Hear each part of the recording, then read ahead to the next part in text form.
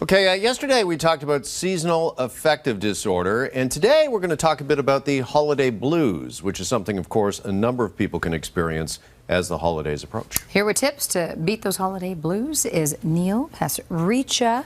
All right, Neil, studies have shown, that not overindulging in holiday food and drinks can actually help stave off the blues.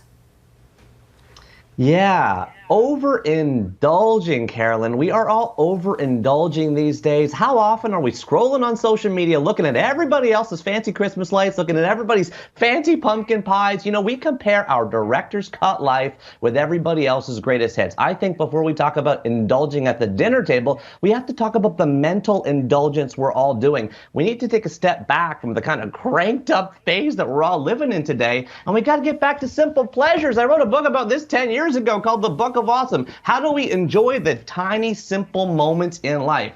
Part of it, I believe, has to do with a physiological reset. What do I mean, physiological reset? Segment's called Holiday Reset. I'm saying I want you to get out of the house and walk through the woods for 3 times a week. Why? Michael Babick and a team of researchers show that doing 3 brisk forest walks a week actually outperforms over a 10-week period the combination of antidepressants and forest walking, or just antidepressants alone, which, by the way, 10% of our population is on.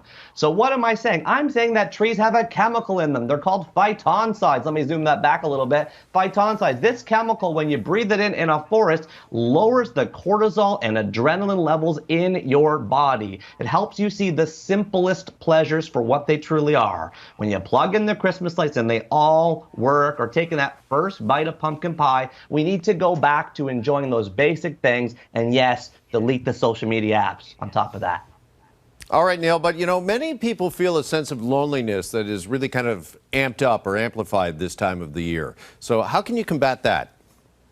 Yeah, absolutely. It's not just many people. You know, Surgeon General Vivek Murthy in the United States is saying loneliness is the next big epidemic that we're all about to face. And people report having less close friends today than they've ever had before. So we got 5 weeks till Christmas. Here's what I say you do. You book 5 dates. They could be forest walks like I suggested, or you could book 5 lunches, or you could book 5 dinners. You book 5 dates for yourself and one other person for the next 5 weeks. And then what you do is you send a mass email out to everybody you know and say, hey, I'm going out 5 times over the next 5 weeks. Who wants to come? You take up whoever's available to you, plan a way out of loneliness, plan 5 dates between now and Christmas, and have something to look forward to each week. And I only imagine that the last, my goodness, it's coming on to a couple years now since the pandemic began, but that only amplified feelings of loneliness. Oh, absolutely. You know what? We are living inside. We are ordering online. People need to bust out of their house, get back out there, flash your vaccine passport. Let's get social again. Mm-hmm. And oftentimes, you know, those that are struggling, it can be related to kind of being stuck in the past, according to a lot of researchers. So how can creating maybe new traditions, Neil, how can they help us? Yeah, absolutely. This is a really common thing. People are saying, you know, I'm thinking about the past too much. Here's the thing. There is research that was published in Science magazine called Don't Look Back in Anger. What did they find out in that report? Yes, the same name as the Oasis song. They found that actually holding on to regrets reduces contentment as you get older. So what am I saying you should do? How do you get rid of those regrets? I have a little practice. It's called 2-minute mornings. When you wake up in the morning, I'll zoom it back out because of the split screen here. I want you to write down 3 things. Number 1, I will let go of. Number 2, I am grateful for. And number 3, I will focus on. Here's me trying to get it right in the focus camera here. I will let go of how much screen time my kids are getting. I will let go of the 5 pounds I gained from the Halloween candy. I will let go of how traumatic the news is making me feeling. Okay?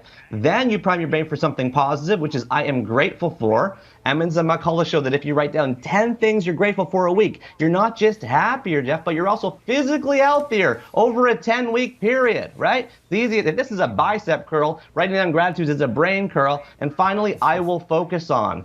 Higher than ever rates of anxiety and overwhelm right now. I will focus on helps you carve out one thing you will do from your endless could do and should do list. Make it the annoying thing you haven't had time to do, the dashboard light that's been on in your car for 3 months, the dentist appointment you haven't booked, the messy home office you got to clean up. Remember, it's just 3 things every morning. You write down, I will let go of, I am grateful for. I'm trying to get it in the camera here. I'm really bad at this. I will focus on 2 minutes every single morning to help let go of the past. Pasricha, always a pleasure. Thanks so much for having me.